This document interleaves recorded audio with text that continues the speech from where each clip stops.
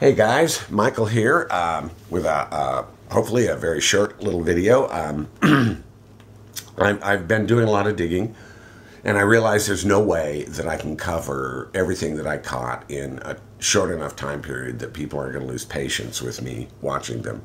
And I want to almost apologize for the way I go on and on sometimes. I know some people just can't make it through that. I don't blame them. There are other people whose videos I try to watch and I can't get through them because they go on and on. And particularly if they're not talking about music, it's very hard for me to. I recently found this for 75 cents. A couple things I want to point out about it real quick. This is not first pressing. This is the pressing from around 1970, 73, somewhere in there.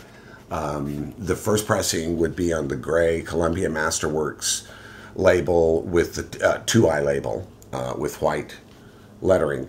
The other interesting thing about this one is that it does have the seated Bach cover, which I wasn't even aware of existing. I only had ever seen him stay. I almost didn't notice the difference.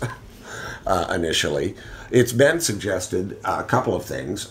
One is that somebody suggested that perhaps this had been Frankenstein, where they had taken a later pressing and put it into this, because the general feeling was that this cover had been recalled. And that could be the case. It seems a little unlikely to me, but it's possible. Particularly if, I don't know, maybe this cover was at some point in time highly collectible, enough that someone would do that. I really don't know. The other possibility is that even though it had been recalled, they still had a number of them, and when they repressed it, the company that was doing the pressing just used up what they had remaining of the recalled cover. Or it's possible that both covers existed side by side for a while. That happens occasionally. A good example is the John Lennon Plastic Ono Band / Yoko Ono Plastic Ono Band covers. Same album in both, and yet, side by side, different stuff. Anyway, picked that up, paid 75 cents for it, and it reminded me that a week or so before I had been at Goodwill digging around and I only found one album that interested me, and I didn't have any cash on me, and I'm not going to write a check for $1. So I left it, and I thought, God, I wonder if that's there. I went back and I started digging. Initially, as I was digging, I couldn't find it. They have, maybe 300-400 albums on this bottom shelf, and you're sitting there with your butt on the hard concrete floor flipping through them, and I came on this one, and then I just kept digging. That encouraged me that it wasn't lost, and I found it. It switched on Bach 2, and I just noticed on the back there are 3 other albums that I was not aware of by Walter Carlos. The Well-Tempered Synthesizer, Sonic Seasonings, which looks like it very possibly is Vivaldi's Concerto, and Walter Carlos' Clockwork Orange.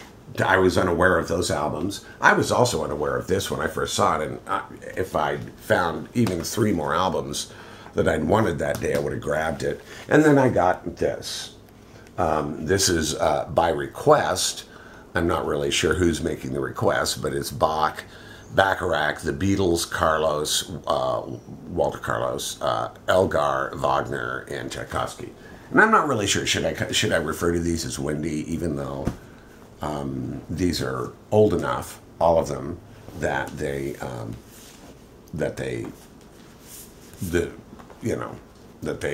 still say Walter. Because I'm pretty sure that these have, any current reissue would say Wendy. This one, like I said, that's a second pressing. This and this are both first pressings, and are pretty cool. I haven't read the liner notes or anything yet. My impression of them, listening to them, and I remember in 68 or 69 when I first became aware of this, and I was a youngin', 17 or so,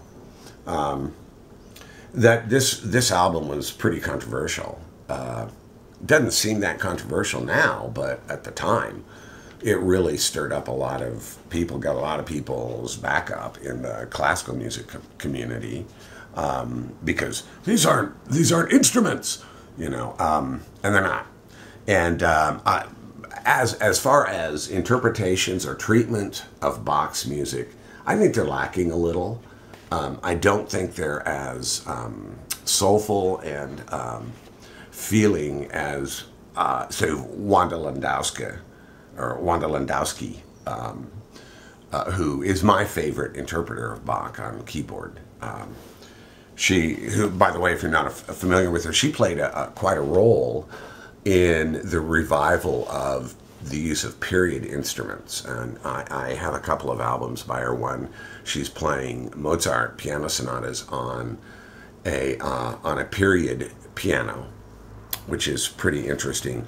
The piano, which really revolutionized keyboard playing when it was introduced after its invention, but it did not have the dynamic range initially in the 1700s that it has today. And to hear those pieces played on an original pianoforte is kind of a revelation. There's a delicacy that comes out that often gets lost when your keyboard is able to really pianissimo and truly fortissimo. Anyway, I got a funny story about that has to do with the conductor, but I'm not going to go into it right now. Maybe I'll tell it someday. So I think they're lacking a little bit that, and it's not just that some of the sounds are very frankly electronic. That's actually okay with me, but that it really starts sounding futuristic in a way that, well, it's sort of a two-edged sword. They're very interesting interpretations of Bach, but not as just not as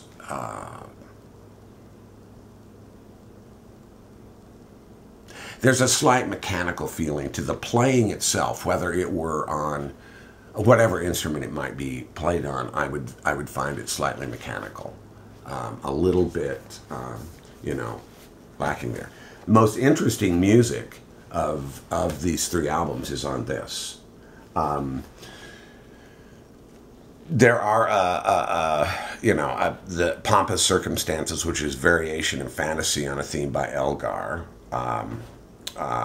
And which is kind of cool because Wendy Carlos, did actually write that, and it's sort of, it's not a strict Elgar thing. There are three dances from the Nutcracker Suite by Tchaikovsky. I found that pretty uninteresting for a number of reasons, one of them being that I'm not a Tchaikovsky fan anyway. But I'll bet you those were very popular when this came out. But the most interesting things are, there are three pieces written by Wendy Carlos, dialogues for piano and two loudspeakers, episodes for piano and electronic sound, both of which feature Philip Ramey on an analog piano and are just a wonderful contrast between the two types of instruments, and really point out and exploit the things that you can do with a synthesizer that really justify it, in my opinion. I don't think synthesizers necessarily are justified if all they're doing is imitating the sound of a violin or a harpsichord or a piano. It's a little bit different when you come to organ, because electronic organs have been around forever, and those are nothing but a synthesizer, really. A real organ would, of course, be using wind, like a pipe organ. Or reeds of some sort or something, but why limit an instrument that is capable of producing sounds that have never been able to be produced in an orchestral context or a musical context before? And you have this fantastic instrument, and then And by instrument, I'm referring to any synthesizer, which is legitimately an instrument if it's being used to make music, and then restrict it to just simply imitating what's been around for, decades to centuries. So those are very interesting. And then geodesic dance, which is strictly, it's an electronic etude, and makes no attempt at or apology for being electronic music. I much prefer that. On the other hand, a lot of fun is What's New Pussycat by Burt Bacharach and Hal David. And clearly intended to be a humorous piece, and it is. It reminds me in the way that Carlos is taking a piece that was already written and then rearranging it for the sake of humor, very much the way Charles Ives did Variations on a Theme from America, which was originally written for organ and then later was transcribed for orchestra. And that's a great piece. If you've never heard it, you should listen to it. Go find it and play it. If you can find the orchestral piece, Seiji Ozawa did a great one. I don't remember the orchestra that he was conducting when he did that, but that one was my introduction to Charles Ives, actually, and he is now one of my favorite composers. I'll talk more about that some other time, maybe. But that's really good. There's also a version of Eleanor Rigby on here. Doesn't really do much for me. And the Wedding March, God, I can, but those are very familiar. Every one of the classical pieces here, including the Brandenburg Concerto No. 2, the first movement of it, and by the way, these both contain complete versions. Brandenburg Concerto No. 5 and the Brandenburg Concerto No. 3 are complete.